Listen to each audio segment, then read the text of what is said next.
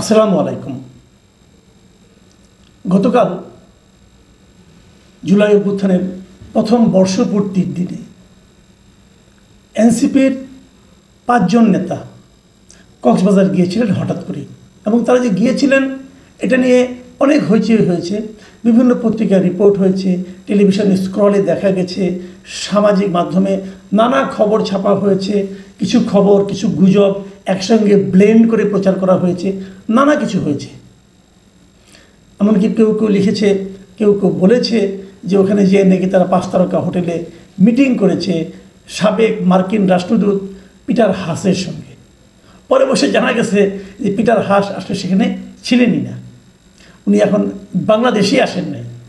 আবার গভীর রাতে আমি এমনও পেয়েছি, আমার কাছে একজন পাঠিয়েছেন যে পিটার হাস যে বাংলাদেশে আছেন তার প্রমাণ পাঠিয়েছেন। কীভাবে প্রমাণ পাঠিয়েছেন?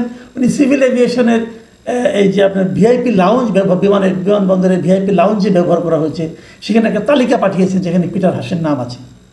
পরে আবার জানা গেলো যে না, ফ্যাক্ট চেকিংয়ে দেখা গেলো ওটা একটা ফেক চিঠি, মানে আসলে পিটার হাস বাংলাদেশে নেই।